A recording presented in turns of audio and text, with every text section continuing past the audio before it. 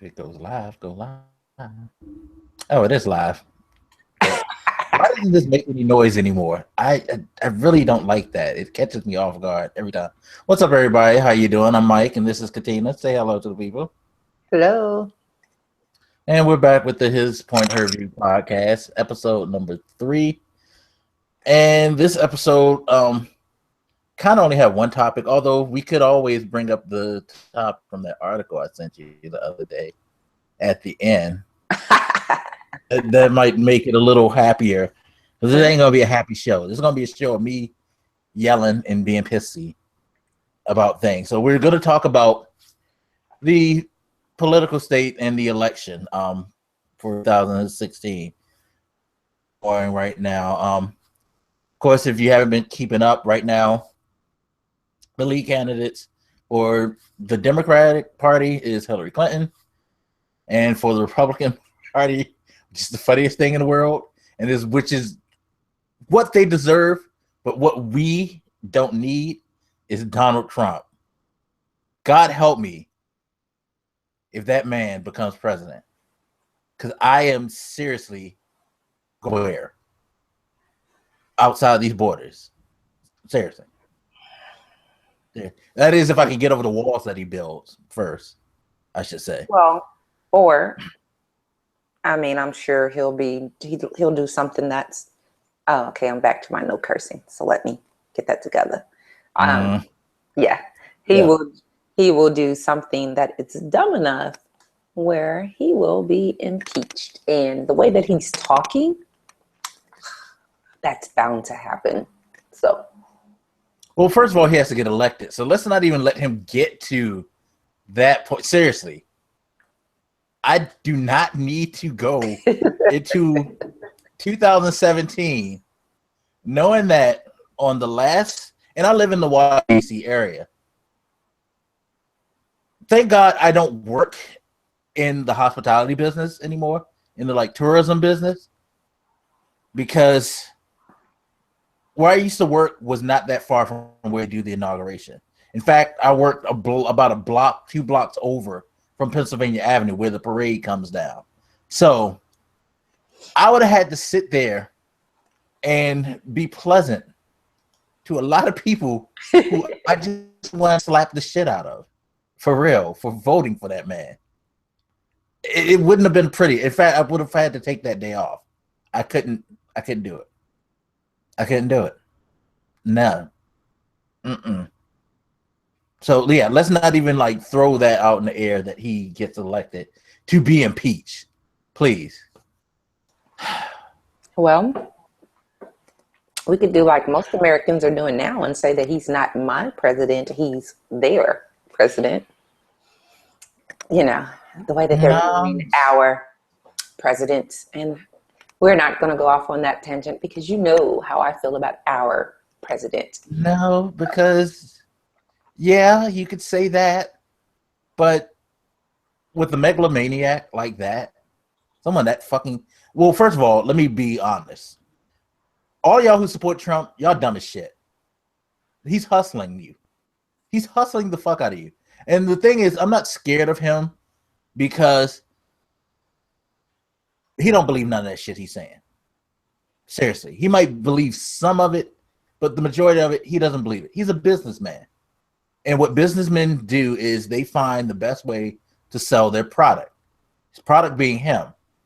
Yep. Now, currently, the way things are, appreciate the president that we have. They have very racial, bigotous, and just downright stupid reasons as to why they don't support him. This whole thing about him tearing America apart, this is messing up the country, the state of, we're going downhill and all of that because of someone preaching diversity and, equal rights and fairness and all that. That's fucking up the country, people. Know that. So he's taking all the Tea Party people and looking at them and says, you know what? I can get them on my side.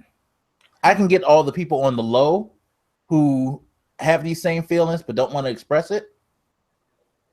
and I could rally them to me enough so that I can get into the office. Then I can do what I really want to do. Because to be quite honest, a businessman who outsources work, he's currently, first of all, this is one thing that pisses me off about him now. Do you know about the U.S. Postal Pavilion in Washington, D.C.? Yep. You do know he owns that, right? What? He owns the rights to that property. Guess what he's doing with it? Oh, geez, I'm scared. What? Turning it into a hotel. It's going to be a Trump hotel. Oh, of course. I should have known that. Now, someone who's supposed to make America better is taking a national landmark and turning it into an for-profit business for himself. Furthermore, guess who's working on his property? It ain't American construction workers. You know, all the people who he doesn't want, you know, in this country.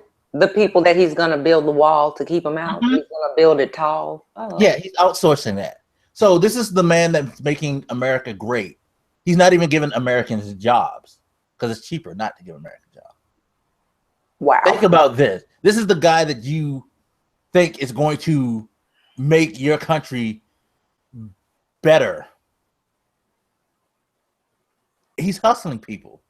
And sadly, his hustle was working because all those people are dumb and ignorant as shit. They really are. They really are. And I don't understand. I don't see how they can't see that. I really don't. This man's not been successful. He inherited his money and he's blown a lot of it on failed businesses. Well, I think that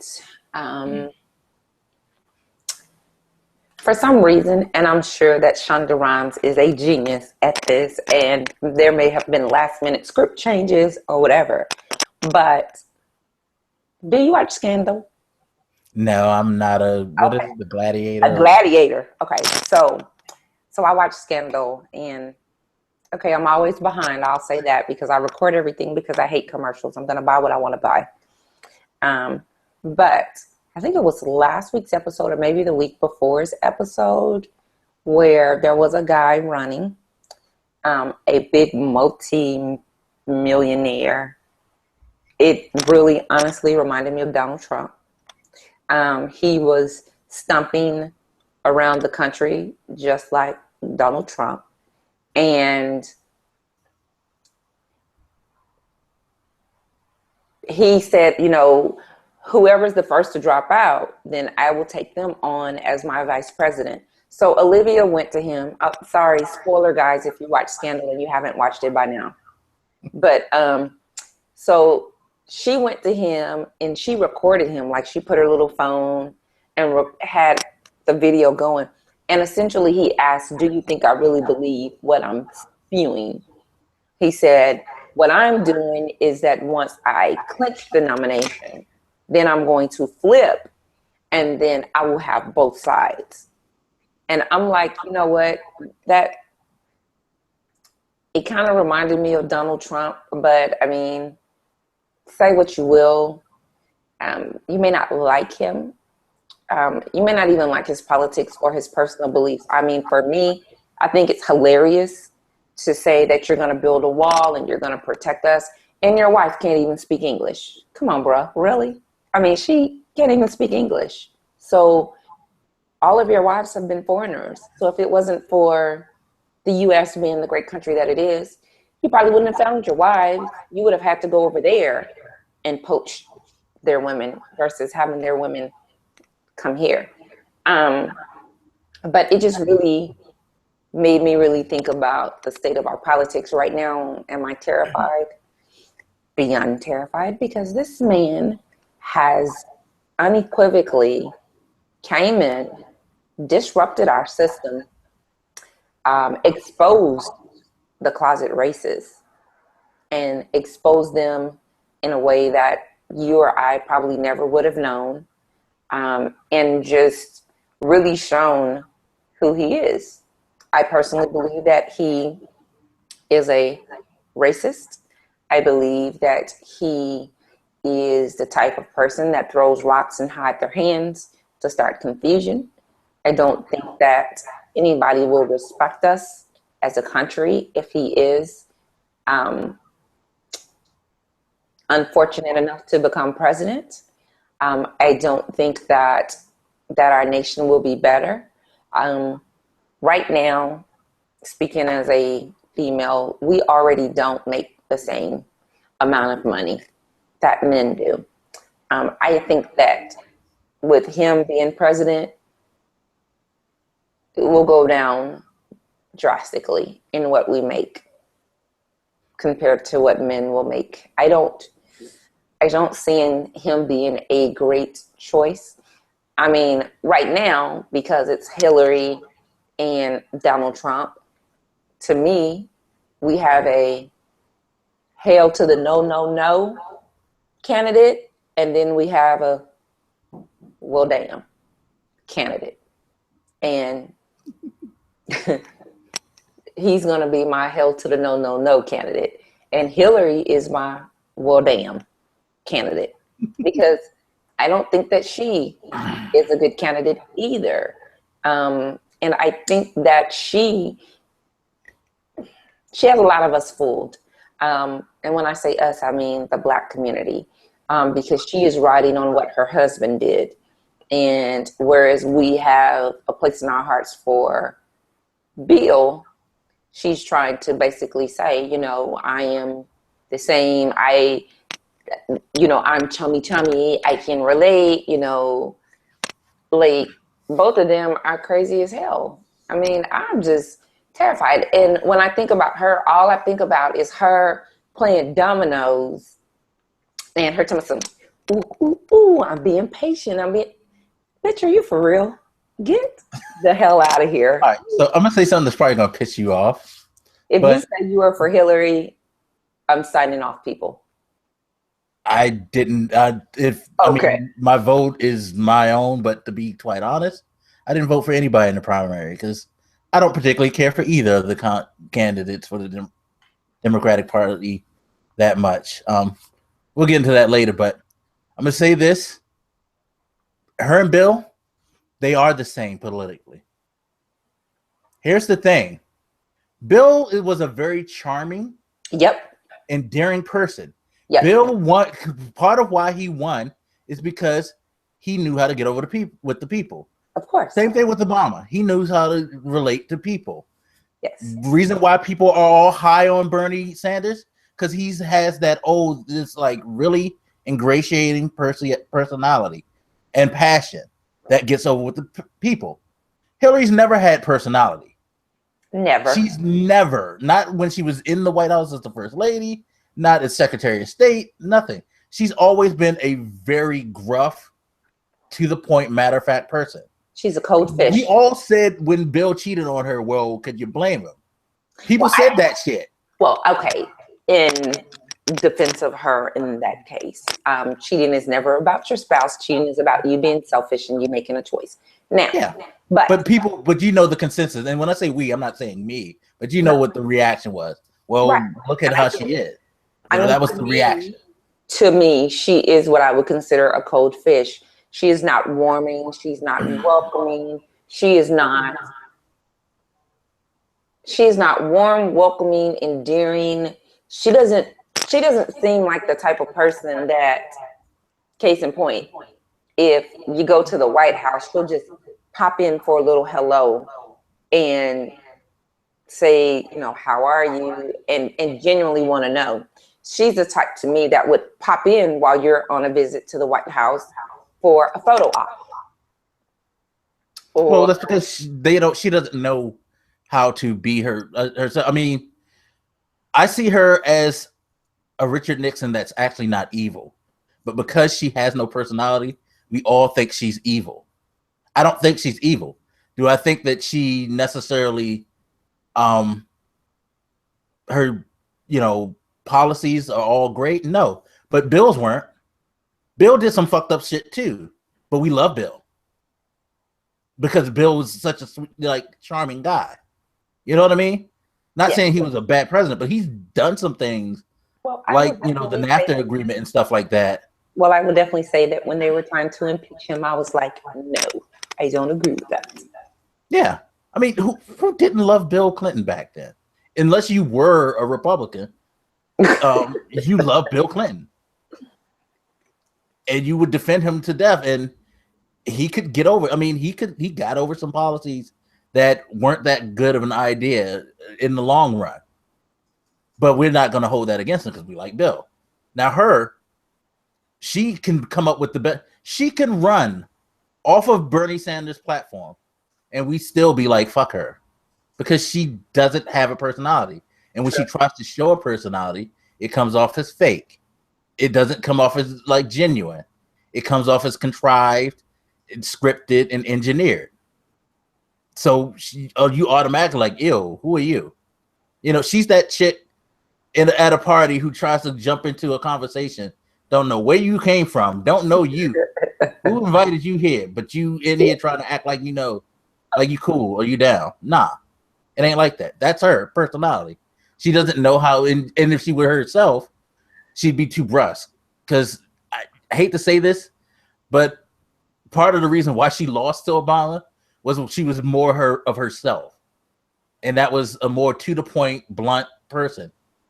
And sadly, we're still in the day and age where a woman can't necessarily always speak her mind like that, because then she's a bitch. Right. I agree. You know, so yeah, that was part of her biggest downfall. Other than Obama was just a better candidate overall, I think. But she would have been fine had she not gone this route. She tanks herself. She's really fucking herself by trying to pretend like she's something that she's not. Okay, so let me ask you this. She's a type of person that tanks herself because she is without personality. Now, I'm not going to say that that is a bad thing, because I've been told that I don't have personality. Why people would think that, beyond me. But because she is that type of person, do you think that if she were to win the presidency, that the other nation's leaders would respect her, being that she would be president? Or do you think that in their minds, they would just be like, okay, we have to deal with her because she is the president. So let's see what we can do to kind of deal with her until the change in tides come? I think they would respect her because of the fact that she was Secretary of State. So she's had some involvement in foreign policy. I think out of all the candidates, she's the best foreign policy candidate. It's domestically where she falters. But foreign policy, having been there, she knows the world. She knows how to negotiate like things. I think that's her saving grace, in my opinion. Like, if there's a silver lining to her, is that she's been in the political game long enough to understand how things work. She may be too systematic and too status quo, but at least she knows how to navigate. I think, like, okay, going to Bernie Sanders, one of the things that makes me doubtful about him is the guy talks a great game. Mm-hmm. He says everything that we want to hear. But I don't feel like he actually says what his plan of execution is. Like, the things that he wants, I'm not saying they're unattainable, but it's going to take a lot of hard work. It's going to take a lot of planning. It's going to take somebody who's savvy enough to negotiate through Congress. You know, you just because you're president and you say you want something don't mean you're going to get it. You know, that's one of the realities I think a lot of people fail to realize, is that these candidates can say anything they want, but if Congress don't want to vibe with it, he might as well just be talking nonsense. And I think he's kind of unsure. But I think when people press him for stuff like that, mm-hmm. he kind of falls back on the rhetoric, the whole, well, what's what we need? Why shouldn't we, not, well, this is what I think will help us attain this goal, type of thing. Like, there's a reason why he became a Democrat. I mean, he's no fool. He became a Democratic candidate because he knows that he's going to need that money. Meanwhile, he says he hates that money. So what's going to happen if he did win the candidacy? Is he not going to use that money? He has to use the money to compete with what the things that Trump's going to throw out there. Because Trump, if he wins this nomination, he's going to blanket the world with his image and reach as many of those people who are ignorant enough to follow him as possible. You're going to have to combat that, Bernie, and your pocket's not that deep. You're going to have to touch that dirty, like, Democratic, corrupt money to do that, you know? And I think part of his thing is he talks about conviction, but real world is that you can be as convicted to something as you want, but you have to be realistic about attaining it. And you have to go about it and take the necessary steps. He took the necessary step by becoming a Democratic candidate because he knows that a lot of states don't still allow independent voting for their candidacy. So he's taking the, but it's like he's kind of hesitant to take the full step because he wants to keep his image. And, you know, as good as a talker as he is, he could make sense of why he needs that money. I just told you why he needs that money, because that other party is going to do everything they can to put things back the way they are. Yeah, this money is like a lot of the Democratic Party money probably comes from people who are getting favors and stuff like that. But wouldn't it be good if someone as good as me, like if he's really as pure and good as he thinks he is, he could put that out there.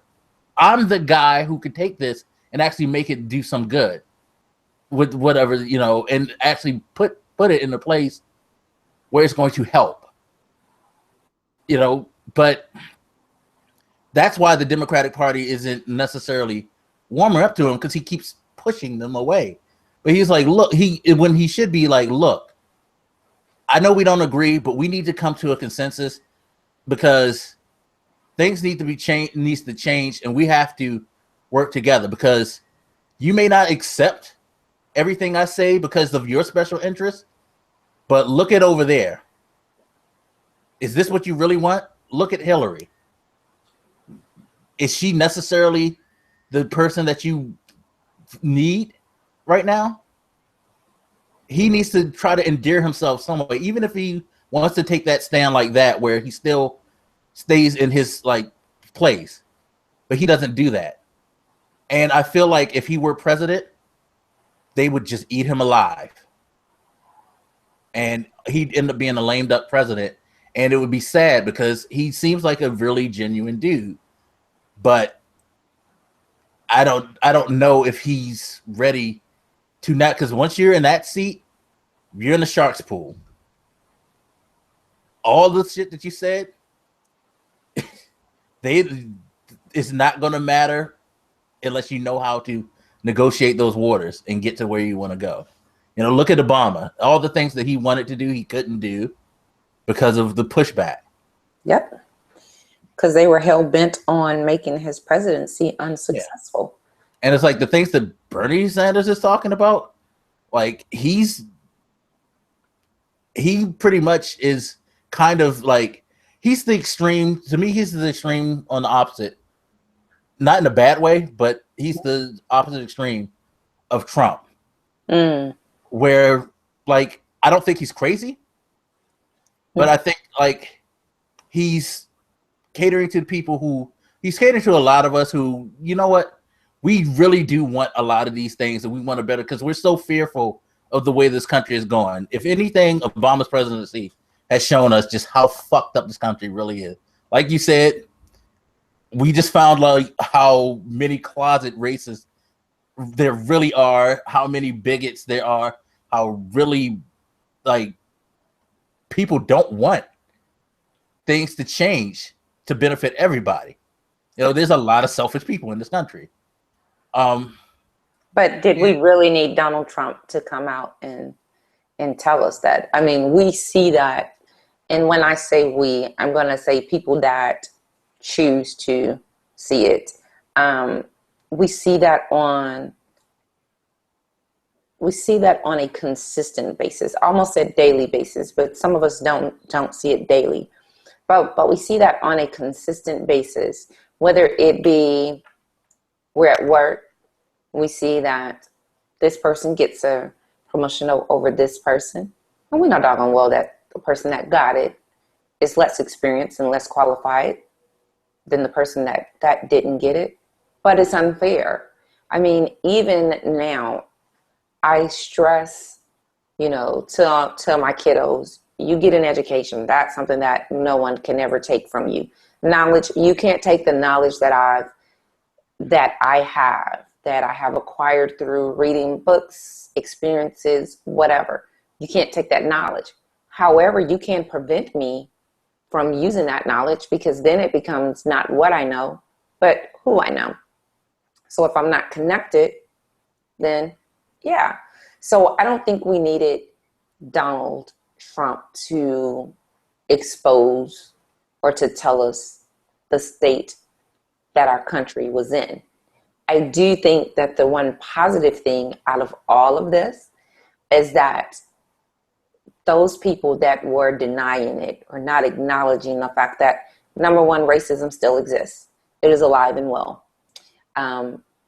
They can't deny that anymore. They cannot deny that anymore. There was a lady on Oprah, and I'm going to research it while we're talking, but the lady was a white older lady, and she did the racism experiment, and she was on Oprah several times. The first time it was people with blue eyes, you go over here. People with brown eyes, you go over here. The people with brown eyes were treated better. They got to come in to the studio first. They didn't have to wear tags or whatever it was. And of course, blue-eyed is who? White people. I mean, and they were all white in that audience. And she said, okay, how did y'all feel? And they started yelling out different things to Oprah, saying that she was rude. She basically treated them like they didn't know anything. She treated them like they were dumb. And she then said, and I did it on purpose. And when she explained to them why she did it and why they weren't privy to it, because of course, if you know that you're in some type of experiment or research, you're going to respond differently. And I mean, it was just eye-opening. And then I saw on Facebook, maybe last week, where she was in an audience of all white people. And she asked them, how many of you, now this was years ago because the film looked kind of old and dated, but she asked, how many of you would want to be treated the way that Black people are treated today? Raise your hand. How many people do you think raised their hand? None. None. And then she called them on it. She said, you didn't raise your hand because you know that they're not being treated fairly. You know that the way that they're being treated is wrong. You know that it's there, but you don't acknowledge it and you don't do anything to change it. So I don't think we needed him to tell us that there was racism. I do think that he's done a positive in showing that racism is alive and well. We as a country have come a long way, but we certainly have not come as far as many people would want us to believe. I still believe that if this society lived the way that the majority of people think, we'd be Black people, minorities, Mexicans, Native Americans, Latinos. We would be shipped out and they would call America pure. And when this isn't even their land anyways to even begin with. So that just boggles my mind that he wants to make America great again. Okay, well,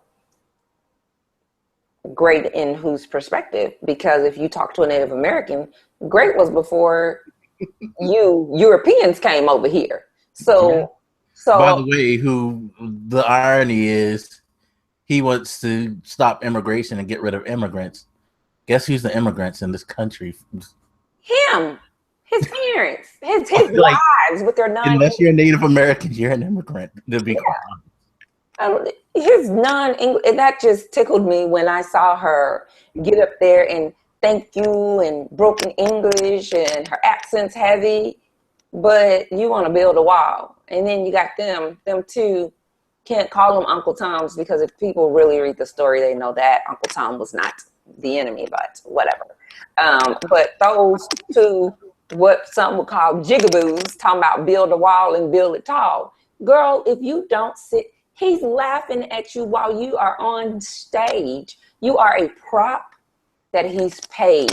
You are shucking and jiving. You are the minstrel of his show. And you want to talk about he's going to build a wall. Well, take your black ass back to Africa because that's where he wants you to be anyways. So he's going to build a wall and then he's going to stop your people from coming in. Hell, if he builds a wall and he does it unbiasedly, which we know that he's not, he's going to keep his damn self from being in the country. So how does that even work? See, I hate this. I hate this topic. You done made me cuss several times. I can't stand. Well, come on. Can't stand this topic. This topic is. Well, politics is always like the worst thing to talk about. That's why they say at work. Hot button, but even more. Politics and religion at work. That's what we were always told at one of my jobs, and it's true. Definitely. I mean, I don't like talking politics because I have some friends, and mind you, politics aside, love them. Politics involved, hell to the no. They would not be my friends based on politics, but I have to look at it as the whole.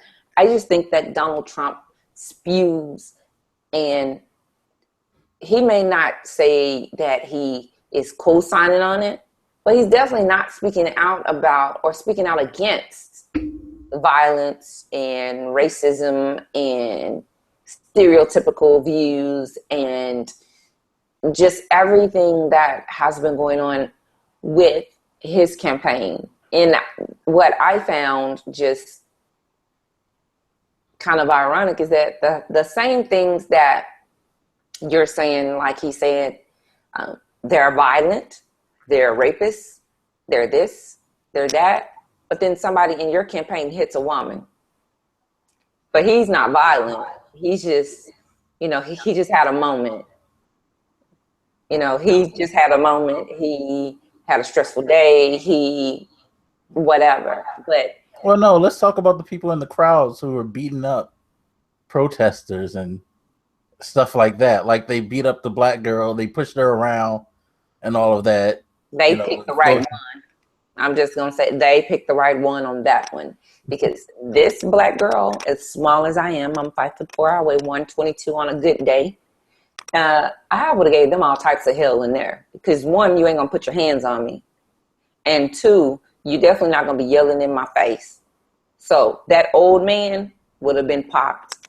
And that little young Navy want-to-be that ended up getting his offer withdrawn by the Navy. Way to go, Navy. I definitely would have drug his ass across the floor a couple of times. So, like, it's funny that you mentioned that, though. But see, that's another thing that's kind of good because these people are getting exposed, and there's people who are taking, even if it's just because they have to, because it would look bad. Still, they're taking action against these people. Yeah, and I love Sean King. I don't know if the viewers or listeners are familiar with Sean King, but I just recently became aware of who he is and what he stands for. Phenomenal journalist. But whenever a video would surface, our baby Sean would get on it. Yeah, he was all over Twitter and Facebook. Yeah, he's trying to identify these people and he is putting them on blast. And I will say that since names have started being released and photos have been released and video has been released, that, I don't know if now the policy is no video recording equipment in there or if they're just more cautious with it, because I'm sure that it still happens. Yeah, I'm sure they're more cautious because, I mean, you could say no video, but everybody has a cell phone, so everybody has a video camera. Right. So, but I mean, I haven't been seeing it come out as frequently now because Shaun King was giving them a run for their money. And I applaud him. And he is just a phenomenal journalist. And even since then, like he's been in the news because somebody said that he plagiarized a story. He was vindicated in that. I mean, he is one of the most above board journalists that I've seen in our time. Between him and people may not like this man and may not like the way that he rolls, but Roland Martin, oh yes, definitely. Him and Shaun King right now are my two favorite ones because they were calling people out, like calling them out, questioning them, and making them speak on and validate and stand up for what they were spewing or what they were saying. I mean, I call them Jig and Boo, the two black women that were stumping for Trump. When they were on Roland Martin's show, there was no way that they could even begin to even validate it. And they couldn't. Like, by the end of the show, he was like, do not come on here and don't have your facts straight because I'm going to come for you. He came for him. And there was nothing that they could do. So, I mean, I just think that Donald Trump is just, the people that voted for Obama, if we can get those same people and more to vote for Hillary, Bernie, whoever is the Democratic candidate, I think that we will be okay. I don't want people to stay home, though, just not to vote. I don't want them to do that. Well, no, you should vote. Yeah. And for all the people, especially the ones that I know that keep saying this, if Bernie don't win, I'm not going to vote. Don't be stupid. Yeah, don't do that. Don't be stupid. See, the thing, I think this is where I get angry, especially within the African American community when it comes to political stuff. We don't even try to educate ourselves on things. We just go with what is said in the media and we roll with it. Here's a fun fact. You don't have to vote for Hillary. You actually could you could write in a candidate. In, say, Barack Obama people. Bernie Sanders, if you really believe in him. True. But people don't exercise that right because people always see the reason why the Democratic and the Republican Party are pretty much the only two things that we know is because we don't even try to support anything else. Like, you do not have to support. If you really don't want to support them, you don't have to support them, but you should vote. And if you find a candidate like Bernie Sanders or like any of the other libertarians, Greenpeace, whoever, vote for them. Right. Because at least you're taking a stand and putting it out there, even if you lose. See, the thing is, losing isn't a bad thing as long as you try. My mom always used to say to me, nothing beats a failure but a try. So if you don't try, you'll never beat failure. So why not try at least? Who knows? Maybe something will change. It's just like the thing I get mad about with independents over the whole New York thing. Again, Bernie Sanders knew that he needed better political positioning by becoming a Democratic candidate. He had switched affiliations. You could have switched affiliation from independent to Democrat to vote for him. You're not stuck as a Democratic supporter. Before every election, you have the right to change your party. As long as you do it before the primaries or whatever vote is coming up, you're fine. They could have, if you really were convicted behind that man, you could have done that just to get what people always saying how the system always works against us. There are ways to work the system if you really wanted to try. You could have worked the system that way. But no, it's easy to just say, well, this is why the system's fucked up, and this is why I don't care and I'm not going to vote. It's a cop-out. You're copping out, in my opinion. That's why I don't respect anybody who says that shit. But as soon as you say that to me, don't talk to me about anything that's going on in this country. Because you didn't care enough to try. So why should you Why should your opinion matter? Because you're not even trying to help things along. You just want to sit and complain. So shut the fuck up and get out my face with that. Seriously. Yeah. Well, and then some people say, well, because I'm Democrat, I have to vote Democrat, or because I'm Republican, I have to vote Republican. And I think that that's a cop out as well. No, if I wanted to vote for John McCain, I could have voted for John McCain. I didn't want to vote for John McCain. You know what I mean? It's you're not like stuck. You really aren't that stuck. When it comes to congressional and presidential, you're not stuck.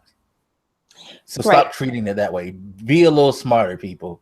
But I also think that you had a very valid point. When was it? Last week? Week before? When we were talking about elections and politics, and we briefly touched on it, where you said, okay, now I just completely forgot that thought. Don't even say anything. Just give me 10 seconds. Okay, yeah, it's gone. Sorry. Well, I'm sure whatever I said, it was still. Yeah. And it may come back to you eventually. But speaking of congressional, let's go back to that. Let's talk about that a little. Oh, that's what I had to say. That where you said that, you know, the focus is on the presidential election, but we seriously need to be looking at the Congress and the Senate and the people that are up for those seats, because we were so focused on the presidential election last year, I think, or last time, that I think that we kind of let some wolves into the hen house, because we weren't focused on that. So we were focused on getting President Obama elected the first time, and then we were focused on getting him reelected the second time. We didn't look at the fact that we are still letting people who have said during their stomps around the states or country or whatever, that I'm gonna do everything in my power to make sure that he doesn't achieve anything. I'm gonna do everything in my power to make sure that he doesn't pass one single solid whatever. We allowed them, and when I say we allowed them, because some of us didn't vote, and some of us didn't register to vote, and some of us felt like our vote didn't matter, and some of us went and got deterred by the long lines. Whatever your reason, I personally believe that as many people that voted for Obama, which I love when somebody says, you know, the blacks got him elected. Hell, most of us don't even vote. If you're looking at statistics, we're not even going to the polls. So if we're not going to the polls and we got him elected, well, hell, don't you think we would have elected some more folks in there? Because we're not showing up to the polls. I mean, if we can just think, I want Obama elected, and then boom, it happens. Who else would we get elected? I'm sorry if anybody is offended by this, but Black people alone, we did not elect President Obama. There were people across party lines, across racial lines, that saw his plan as a plan that they wanted to be a part of and follow. And that's how he got elected. Now, I'm not discounting the Black vote, because statistically speaking, we came out in droves to vote for him. But we're the same ones that went out to vote for him to say, I'm making sure he gets in. We're the same ones that'll sit at home and say, I don't like Hillary or Bernie or Donald Duck, so I'm not gonna vote for any of them. When you don't vote, you're still voting. And that's what some people don't get. But I think that the Congress, the Senate, your legislatures, even your state representatives, when you just elect somebody locally, I don't care if it's just your mayor, you know, you could be catapulting them to the next level of politics. And I feel like we all need to be involved in politics on every single level, because every level affects you. When you vote for your mayor, yeah, like mayor, city stuff. Yeah, I mean, it's going to affect you. Taxes, whatever laws or municipality. Like you complaining about parking or stuff like that. Well, if you pick a mayor who is going to look into that, maybe something can change. You don't like the way state taxes are going. Well, if you actually voted for your state legislator, you could probably get some people who might feel the same way and might think that they need to change those laws. All type, like you said, each level is important because they have influence over your life. That's pretty much what politicians do. And wouldn't it behoove you to get somebody in there who you feel would put your best interests at heart? Right. And like the Obama thing, it's the same thing that kind of happened too during the Clinton thing, is that a lot of people forget there are elections every 2 years.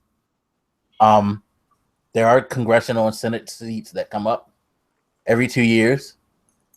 And that's usually what happens, is that we get in the president we like and we feel like we've done our job. Wait 4 years. In between that, like congressional election, that Senate election, this is where you get, all the people who take things and, make it harder for the guy that you want. This is where the party that you don't like can turn the tide and take control. And when they take control, they control the way that policy goes. Because, again, no matter what the president says he wants, if they don't vote it, he ain't getting it. Nope. And if they do vote it, sometimes it's not going to be the way he wants it. They're going to manipulate it and change it to what suits them. And then he's going to have to make the decision. Do I want part of it? Kind of like with the Obamacare thing. Do I want at least to have some of it established? Or do I want nothing? Right. Am I going to go all or nothing? You have to, the presidents are put in that position. But if you get people in there who are going to be agreeant with a lot of things, like, again, going back to Bernie Sanders, he will catch hell if he has a Republican Senate. Yes. Because all they're going to scream is socialist, socialist, socialist. And that's for the ignorant people who hear the word socialist and they all of a sudden get visions of sickles and hammers and the Red Army. Because you don't know what socialism is. You have no idea what socialism is. If you did know, you know that, yeah, some of his policies are taken from socialism, but it's not socialism. And socialism isn't a bad thing in theory, just like any government system isn't bad in theory. It's practice that makes it horrible. Just like our system. Not necessarily that our system's bad, the motherfuckers who run that system. That's the problem. And this is where, again, you need to start voting and paying attention to everybody on every level. Yep. Well, not only that, but when they are, like, my favorite thing to hear lately is, okay, I live in a small city in Texas, and it is right outside a major city. The major city is Dallas. And, our school system is, in my opinion, a better school system than Dallas, but it is a worse school system than Dallas in some way. And I address that by having meetings with the mayor, attending town hall meetings, attending whatever meeting that they have that is open to the public. Then I try to make it a point to be there because I need to know what's going on. And like one of my biggest, I guess you can say, issues right now is my property taxes are high. And the majority of my property taxes are going to the local school district. And I don't have any children in the school district.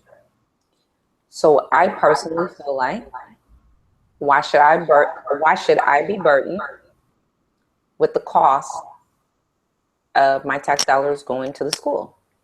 And I know that a lot of people are like, well, it's the school, it's the city you live in, blah, blah, blah, blah, yada, yada, yada. I get it.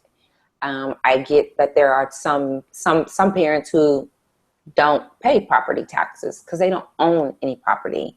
So therefore, we are shouldering that as well. But when you're paying $5,000 to $6,000 a year in property taxes, and then you turn around and more than half of that is going to the school, and then you're seeing the school system and you're like, where the hell is my money going? Because y'all ain't doing nothing. I'm not seeing anything, or, I'm not seeing the changes. And mind you, yes, my children were in the school. My youngest two, they both graduated last year. So because they both graduated last year, I didn't mind paying my taxes because I felt like, maybe I'll see a difference. Maybe I'll see whether the school is actually benefiting or improving.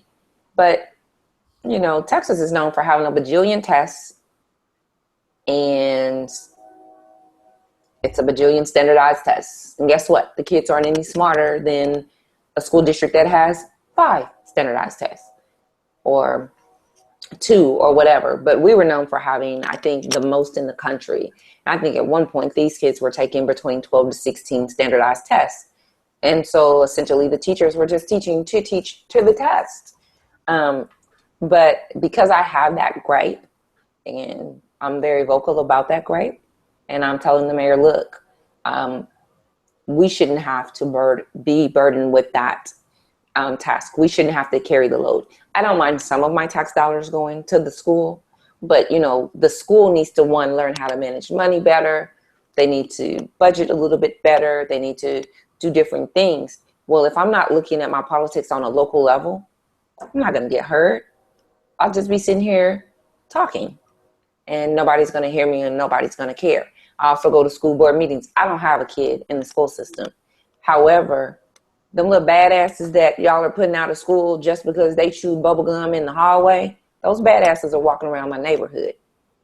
So I need for y'all to use my tax dollars and keep them in class.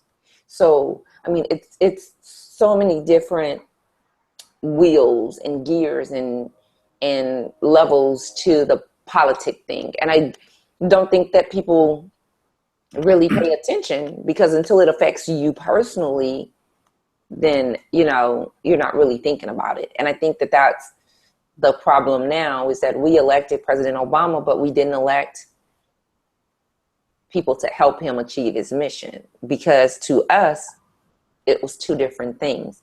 And a lot of people don't even know that, how a bill is passed. So, that is why I still feel like Schoolhouse Rock should be coming on, so that they can see a bill is just a bill. Man, please, a bill is just a bill. I can sing that whole freaking song to you because it came on and it taught you stuff. And people don't know how a law is passed. People don't know what powers the president has versus how he can level that power against Congress, or how they can level their power against him. People don't know. All they think is that it's a bunch of fat white men, because that's what it predominantly is. All they think is that it's a bunch of fat, rich white men that's been there since the beginning of time, that just don't want to get anything done but collect a paycheck. But we have to remember that, guess what? We are voting these fat white men into office, and they're not doing anything. They're collecting a pension when they retire that is bigger than anything that you will probably ever get as Joe citizen. They are getting health care. They are getting, they are set when they leave. And that's whether they serve their full term or 1 term or 10 terms or 30, they are set. And, I've always said, well, you know what? I chose the wrong career path. I should have been in high school saying, I'm not going to do nothing. I'm not going to have a snotty nose, a wrinkled shirt, nothing. And I'm going to become a politician. Because if we look at what they get paid and then look at some of the laws and some of the things that they pass, you would be appalled. Like, you would be saying, what? So these bastards won't even increase the minimum wage, but then they're going to run around here and get X amount of dollars. Really? Come on. Like, we need to start looking at that. And I mean, of course, I'm a parent. So, I mean, as parents, the school systems are failing us. And we need to look at our local community. We need to look at our local city council members, school board members, so that our kids grow up knowing that, hey, you can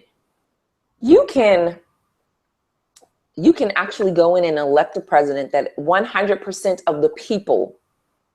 So it was 100% for this person and 0% for that person. And that 100% person still won't be able to get shit done, because the people that you elected in these other elections said, you know what? Fuck the American people. We ain't even trying to hear that. This is what we want to get done. This is our agenda. And guess what? You'll be the one screwed. So we seriously need to be looking at that and be thinking about that. What the crap? See, somebody seeing this and they like, see, you need to shut her up. Okay? She needs to go ahead with that. By the way, even if you do vote 100%, I still hate the fact that you probably could still lose the election because fucking electoral college, which goddamn your phone. Okay. I know. Gee, so unprofessional. But no, that brings me to another thing. Is that the thing that this Trump thing brings forth that I find amusing and scary is, again, the system, like for president, they have the electoral college where your vote basically goes to this group of people who then cast the quote unquote real vote, which is bullshit. Democratic primary, there's delegates. They don't have to be committed to anybody. You have some that's committed, some that aren't, but they can change their votes. Republicans, their rules are really fucked up for them, and this is why they're having a panic over this Donald Trump thing. Is because when you win a primary, you win those delegates. There's no flip-flopping. That's, you pretty much are saddled with that person. And that's why there's a big controversy. Is like, well, because I forget exactly what it is, but there's some loophole that they can do if he does get the required amount. They can loophole it some way. I forgot exactly what it was because I've heard it's been done before. And now they're looking at actually breaking their own rules because now they have a candidate that in all the years of their, like manipulation and things like that. And I'm not going to say all Republicans are bad because honestly, there have been Republican that I have voted for nominees. Yeah, people like I felt bad for John McCain because I like John McCain, but he was put in a position where he was saddled with Sarah Palin. That was just the worst thing in the world. That was him shooting himself in the foot because he didn't really want to be president because he knew that lady wasn't. But see, again, this is the thing. I don't think it was his choice. I think it was the party telling him, look, you're a nominee. Because one thing that I could say, like, I honestly admire about the Republican Party is that when they come together, they work their shit out and they commit themselves to a course of action. Democrats are all over the fucking place. But Republicans, once they get in their head, like, this is what we're going to do, this is what we want, let's do it. They go for it. They have conviction. So I feel like with McCain, he had no choice because he had to ride that wave that they wanted. She somehow became popular and it was like, fuck it, let's bring her because people are like cheering for her, not realizing that she's dumb as all get out. By the way, threatening people, Miss Palin, if they don't let Trump be the candidate, that's so fucking dumb. Like, who the fuck are you to be threatening somebody anyway? But I think that you can't even keep your daughter's legs closed. Shut up. Like, what? She has no control over anything. Oh my God. Okay. So, let me just say this, and then I'll go back to what I was going to say. As a parent, I don't control my kids' legs. Now, I will say this. I give them the tools to make their decisions, and anything they do after that is on their own. Now, no, but she always talks about how like she has this career and she got all this like her influence over her kids. Her kids are wild. Well, we know clearly you've been doing a shit parenting job. Well, we know that she's not the brightest bulb in the fact because she can see Russia from her front yard, from exactly. So but she talks like she can keep her daughter's legs closed. Well, she can't. Exactly. Because you're an idiot. So what I'm going to say is this. Oh, hell, I forgot what I was going to say. Go on. That just threw me off when you said that. Oh, no. About therapy. Go ahead. I think that for her, to me, okay, Scandal, because it's a presidential whatever going on now. So in Scandal, spoiler alert, so Olivia's dad picked a candidate that he wanted to support that would essentially be his figurehead. Well, him and Olivia figured out that, hey, the only way to get out of this is to basically tank myself in the media so that I'll have a snowball's chance in Hades to try for it later. So to me, John McCain could have done the same thing. I personally thought that with a different vice president selectee, I think that he could have given the other party a run for their money. I really believe that. I think that his selected vice presidential nominee is what tanked him, because there were some of his policies I was like, oh my gosh, that is what we need moving forward. I agree with that. And then here come this crazy lady, and I'm like, there is no way in hell that I am going to elect him, because if somebody bumps him off, God forbid, or he goes on to glory on his own, I do not want this trick as the president. So I'm not going to vote for him because she is the vice presidential nominee. So I think we have to really look at that. Now, who Donald will choose as his vice president, I don't think people will even care at this point, because either you love him or you hate him. And I think that if you hate him, and when I say hate him, I am talking about his politics. But if you hate what he's standing for and what his politics are, it's not going to matter who his vice president is. You're still not going to nominate him. Just like with Hillary or even with Bernie, their selected person to be on their ticket with them can tank them. And with any candidate, it's going to be some things that you like, some things that you don't like. With any bill or law that is processed, which, I've learned a lot in this spiel of candidates, because like Bernie said, had I not voted for this, you guys wouldn't have had this.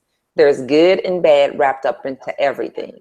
So whenever I hear now somebody say, well, President Obama voted against this or voted against that. And then I'm like, well, dang, that was some good stuff he voted against. Now I have to go back and say, but what else was in that he would have been agreeing to?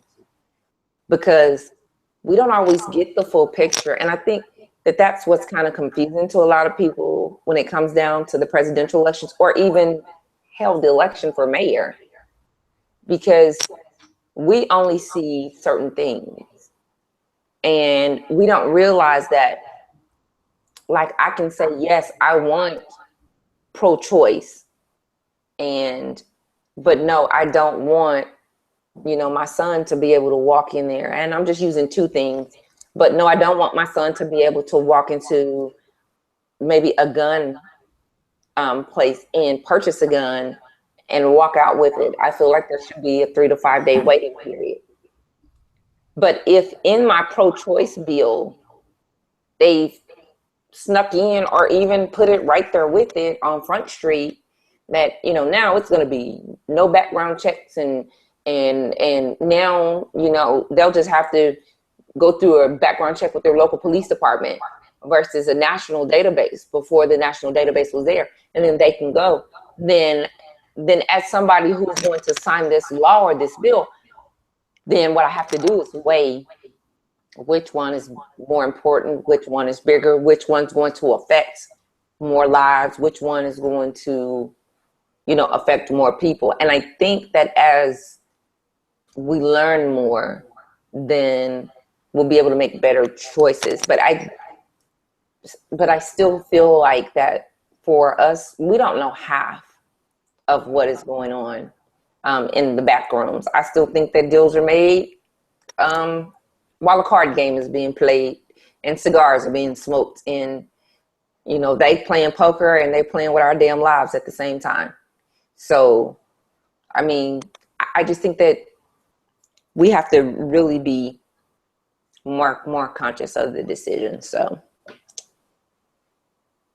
yeah. And first of all, let me do the disclaimer thing. Okay, please, ladies, please, I please. do know that you cannot control your children. When I say that because of the type of person that Sarah Palin is, the type of image that she tried to throw out, Yes. and everything about her family, about how she is this person who has made this whole family into this image that it is not. And then you all of a sudden you see them do all these crazy things, but she's pristine because she's like Christian and good values and all of that. When in reality, your shit's as fucked as everybody else, even more than most people. Yep. So you need to stop it. So sorry if that offended you, but it's I know that that's not how parenting works. Come on. You know, I have a thick If that was the way that parenting worked, then there would never be any teen pregnancies or anything like that. Because you know what? No, don't say that either. Well, no, because you got some. I'm just saying, if you were able to control their legs, you can. You know, like and everybody would have chastity belts on. No, because I have a friend that when we were younger, shout out to my mom, because I used to hate that I could not go hang out with this girl, but because her mom let us do whatever, whenever, with whoever. And I thought that was just the coolest thing. And now as a mom, I'm thinking, yeah. I'm saying, like, if you honestly could quote unquote control that, then there would be none, but there's no such thing. It's what's going to happen is going to happen. All you can do is raise your children the best you can and instill them with as much knowledge and stuff that you can, and then hope that they make the right decisions. Nice save, big brother. Nice save. What? I'm not totally ignorant. I'm just saying, nice save. But I still stand by what I said about Sarah Palin, because fuck her. Okay. Well, when you start getting hate mail, just remember, guys, to direct that to him. Yes, direct it to Michael. Just say, Michael, you asshole, if you want to. And I will kindly delete your thing, or I might read it and then reply back. You probably don't want me to reply back, though. Because I'm just going to be just as smart ass as I am right now about it. So, and he will, people. So just know that. Yeah, that's serious. As I've been told many times, I am a jerk. So. Okay. Oh, and the lady from the racism experiment, her name is Jane Elliott. She's awesome. Okay. Jane Elliott. Yep. Okay, now I done forgot exactly what I was going to say after that. What were we talking about? I don't know. I think they're probably tired of hearing us gripe about the politics, but I mean, it's a lot to gripe about, because I guess to kind of close it out, I will, like, from my end, I'll say this: people, be a lot more smart about politics. Yes. Educate yourself. Yes. Participate. I know we don't all have time to attend all these meetings like that, but they do allow the information to come up. You know, you can look online. Same way you can look online to shop, or to, you know, go to Facebook and post memes and all that. You can also go to local, state, federal government sites and find information that's gone on. You know, they leave minutes for things. They're supposed to share that. A lot of information politically is public, and you can access that. It's your right to have it. So if you feel like there's something that concerns you, start looking that information up, see if they're addressing it. If not, all your local politicians, all your federal politicians, everybody, they keep their information up there to be contacted. Contact them. Make an effort. You may not get a response soon or ever, but make that effort and keep contacting them if you really believe in it. You know, again, the more you know and the more you participate, the better things will be. But when you just sit on the sidelines and do nothing but complain, you're not helping yourself. You're not helping anybody. You're basically helping the people that you have issue with accomplish what they want and take advantage of you. So please, you know, be active politically, please. Oh, that's what I was going to say. I'm that type of person, by the way. You know how when you're voting, they have different issues? I'm the fool who sits and reads all those issues. Why? Because I want to know exactly what the hell you want me to vote for if I don't know about it. You know, there was like these laws that they had for opening this casino. There was some of them I voted against because there was some stuff in there that I was just like, nah. Yeah. Okay. Are we done with this? Because I got some things. You don't have any closing thoughts? Well, of course I do. So, good people. Many people think that the state of our country and our politics is in disarray. I am one of those people. But we also, for those of us that have been not voting and could vote in the past, I'll say 8, 12, 16, however many years, the recent past, I think that we have to shoulder some of the blame for that. And we have to shoulder some of the blame for that because we have either chosen to not vote at all, to vote for a candidate that we didn't really believe in, but we voted for them because of whatever reason. And I know it's going to make a lot of blacks pissed off, but like I heard a lot of blacks saying that they were voting for President Obama because he was black. That's some dumb shit, people. Very dumb. Because what if he got in there and he ended up being like, what's the surgeon name? See, I don't even remember his name. Oh, Ben Carson. Ben Carson. What if you had voted for Ben Carson and he had gotten in there and royally screwed you? What if Ben Carson had the Obama-esque mannerisms and never really fully spoke to you about his policies, his plans, his hopes, his dreams, his destination of where he was trying to get the country to go? And what if we had voted this fool in? And I use the term fool unlightly. What if we had voted this man in simply because he was black? Not because he stood for what you believed in, not because he said something that touched your heart. None of that. Just simply because he was black. What if this nut job decided to run for office 8 years ago, 9, 10 years ago, before Barack came onto the scene? Can you imagine what our country would be like now? This fool is endorsing Donald Trump. He's trying to get the vice president, let's be honest. I don't care what he's trying to do. He is an ass. And I cannot stand that man. And I think that for him to be, he reminds me of what my mom used to say about me, and she probably still does. She used to say, you know, book-wise, you are up here. Common sense-wise, down here. This fool, and, you know, mind you, yes, sometimes I can be kind of flighty. But book-wise, he's probably on genius scale. Common sense, sociable skills, what a dick. So can you imagine that we would have voted him in And I'm sure that as a person, I don't know, I'm not even finna even venture into that, because I was going to say, as a person But who may be he famous for what he did as a surgeon in Baltimore. There's been talk that he's probably not all that great of a person. I don't know. Well, I mean, I just feel like that we should shoulder the blame, but in shouldering the blame of our political temperature right now, we should also take responsibility and take on the responsibility of returning this great country to what we believe it should be.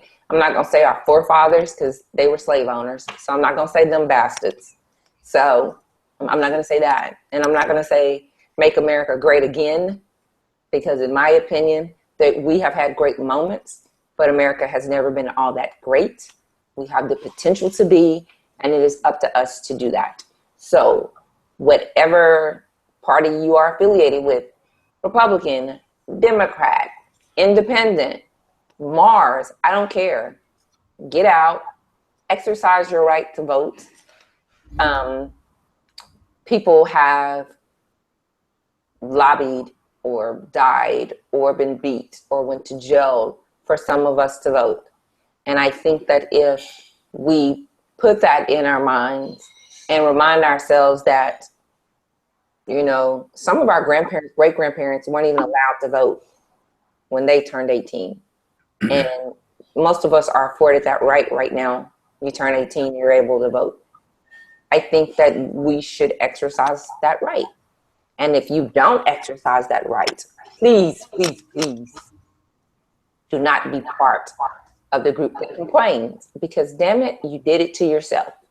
I hate when somebody says my vote doesn't matter. I'm only one person. I would challenge them to say, okay, so a penny doesn't matter? Yeah, it does, because guess what? Pennies make nickels, make dimes, that make quarters, that make dollars. They add up. So if enough of us stay home, we've just systematically eliminated ourselves. So we seriously need to get out there and vote.